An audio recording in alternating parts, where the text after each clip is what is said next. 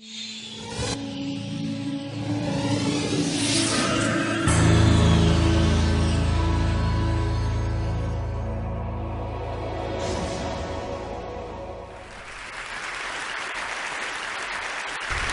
know, I'm struck by how one of the implicit themes of TED is compassion, these very moving demonstrations we've just seen, HIV in Africa, President Clinton last night. And I'd like to do a little collateral thinking, if you will, about compassion and bring it from the global level to the personal. I'm a psychologist, but rest assured I will not bring it to the scrotal.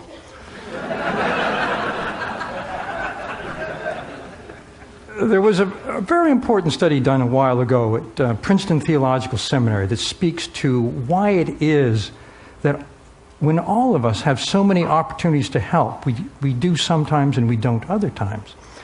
A group of divinity students at the Princeton Theological Seminary were told that they were going to give a practice sermon, and they were each given a sermon topic. Half of those students were given as a topic the parable of the Good Samaritan, the man who stopped the stranger to help the stranger in need by the side of the road. Half were given random Bible topics. Then one by one, they're told they had to go to another building and give their sermon. As they went from the first building to the second, each of them passed a man who was bent over and moaning, clearly in need. The question is, did they stop to help? The more interesting question is, did it matter they were contemplating the parable of the Good Samaritan? Answer, no, not at all. What turned out to determine whether someone would stop and help a stranger in need was how much of a hurry they thought they were in. Were they feeling they were late?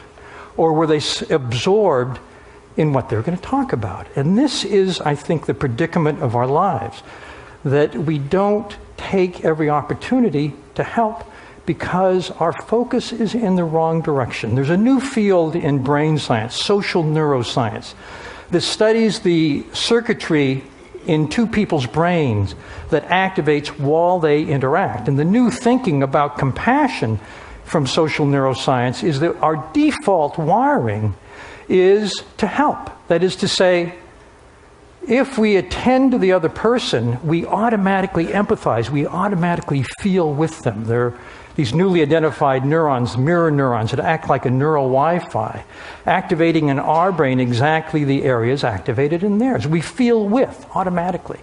And if that person is in need, if that person is suffering, we're automatically prepared to help. At least that's the argument.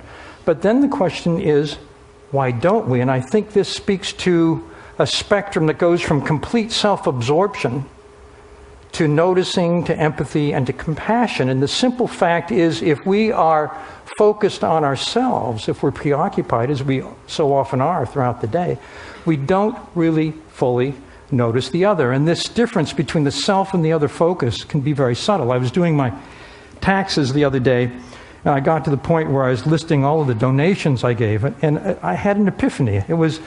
I came to my check to the Seva Foundation, and I noticed that I thought, boy, my friend Larry Brilliant would really be happy that I gave money to Seva.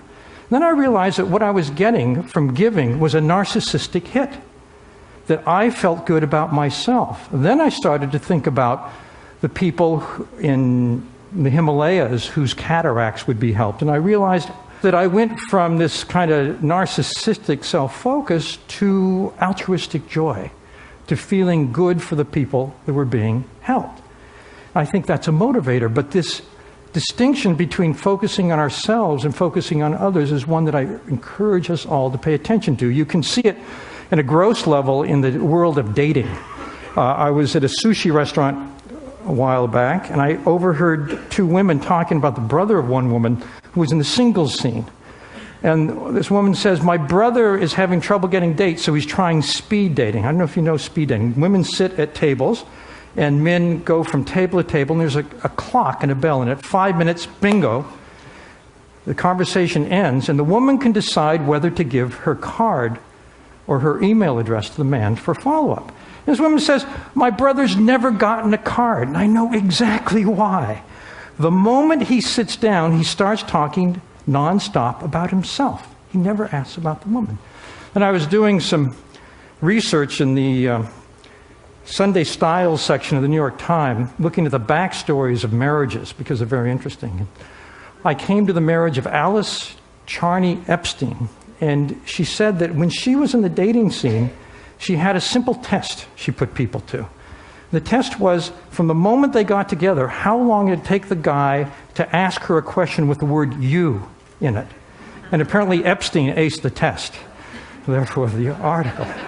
Now, this is it's a little test I encourage you to try out at a party. Here at TED, there's great opportunities. The Harvard Business Review recently had an article called "The Human Moment" about how to make real contact with a person at work. And they said, well, the fundamental thing you have to do is turn off your BlackBerry, close your laptop, end your daydream, and pay full attention to the person. There is a newly coined word in the English language for the moment when the person we're with whips out their BlackBerry or answers that cell phone, and all of a sudden we don't exist. The word is pizzled. It's a combination of puzzled and pissed off. I think it's quite apt. It's our empathy, it's our tuning in, which separates us from Machiavellians or sociopaths. I have a brother-in-law who's an expert on horror and terror. He wrote the Annotated Dracula, the Essential Frankenstein. He was trained as a Chaucer scholar, but he was born in Transylvania, and I think it affected him a little bit. At any rate, at one point, my brother-in-law, Leonard, decided to write a book about a serial killer. This is a man who terrorized the very vicinity we're in many years ago. He was known as the Santa Cruz Strangler, and before he was arrested, he had murdered his grandparents, his mother, and 5 co-eds at UC Santa Cruz. So my brother-in-law goes to interview this killer, and he realizes when he meets him that this guy is absolutely terrifying. For one thing, he's almost 7 feet tall. But that's not the most terrifying thing about him. The scariest thing is that his IQ is 160, certified genius. But there is zero correlation between IQ and emotional empathy, feeling with the other person. They're controlled by different parts of the brain. So at one point, my brother-in-law gets up the courage to ask the one question he really wants to know the answer to, and that is, how could you have done it? Didn't you feel any pity for your victims? These were very intimate murders. He strangled his victims. And the strangler says very matter-of-factly, oh no, if I had felt their distress, I could not have done it. I had to turn that part of me off. I had to turn that part of me off. And I think that that is very troubling. And in a sense, I've been reflecting on turning that part of us off. When we focus on ourselves in any activity, we do turn that part of ourselves off if there's another person. Think about going shopping. Think about the possibilities of a compassionate consumerism. Right now, as Bill McDonough has pointed out, the objects that we buy and use have hidden consequences. We're all unwitting victims of a collective blind spot. We don't notice and don't notice that we don't notice the toxic molecules emitted by a carpet or by the fabric on the seats, or we don't know if that fabric is a technological or manufacturing nutrient that can be reused, or does it just end up in a landfill? In other words, we're oblivious to the ecological and public health and social and economic justice consequences of the things we buy and use. In a sense, the room itself is the elephant in the room, but we don't see it. And we've become victims of a system that points us elsewhere. Consider this. There's a wonderful book called Stuff, the Everyday Life, the Hidden Life of Everyday Objects. And it talks about the backstory of something like a T-shirt. And it talks about where the cotton was grown and the fertilizers that were used and the consequences of the soil of that fertilizer. And it mentions, for instance, that cotton is very resistant to textile dye. About 60% washes off into wastewater. And it's well known by epidemiologists that kids who live near textile works tend to have high rates of leukemia. There's a company, Bennett and Company, that supplies Polo.com, Victoria's Secret. They, because of their CEO, who's aware of this, in China formed a joint venture with their dye works to make sure that the wastewater would be properly taken care of before it returned to the groundwater. Right now, we don't have the option to choose the virtuous t-shirt over the non-virtuous one. So what would it take to do that? Well, I've been thinking, for one thing, there's a new electronic tagging technology that allows any store to know the entire history of any item on the shelves in that store. You can track it back to the factory. Once you can track it back to the factory, you can look at the manufacturing processes that were used to make it, and if it's virtuous, you can label it that way. Or if it's not so virtuous, you can go into any store, put your scanner on a palm onto a barcode, which will take you to a website. They have it for people with allergies to peanuts. That website could tell you things about that object. In other words, at point of purchase, we might be able to make a compassionate choice. There's a saying in the world of information science, ultimately everybody will know everything. And the question is, will it make a difference? Some time ago, when I was working for the New York Times, it was in the 80s, I did an article on what was then a new problem in New York. It was homeless people on the streets. And I spent a couple of weeks going around with a social work agency that ministered to the homeless. And I realized, seeing the homeless through their eyes, that almost all of them were psychiatric patients that had nowhere to go. They had a diagnosis.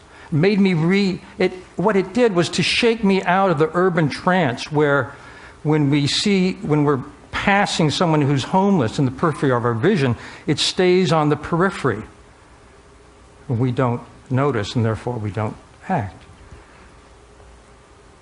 One day soon after that, it was a Friday, at the end of the day, I was going down to the subway. It was rush hour, and thousands of people were streaming down the stairs. And all of a sudden, as I was going down the stairs, I noticed that there was a man slumped to the side, shirtless, not moving, and people were just stepping over him, hundreds and hundreds of people. And because my urban trance had been somehow weakened, I found myself stopping to find out what was wrong. The moment I stopped, half a dozen other people immediately ringed the same guy. And we found out that he was Hispanic, he didn't speak any English, he had no money, he'd been wandering the streets for days, starving, and he'd fainted from hunger. Immediately, someone went to get orange juice, someone brought a hot dog, someone brought a Subway cop. This guy was back on his feet immediately. But all it took was that simple act of noticing. And so I'm optimistic. Thank you very much.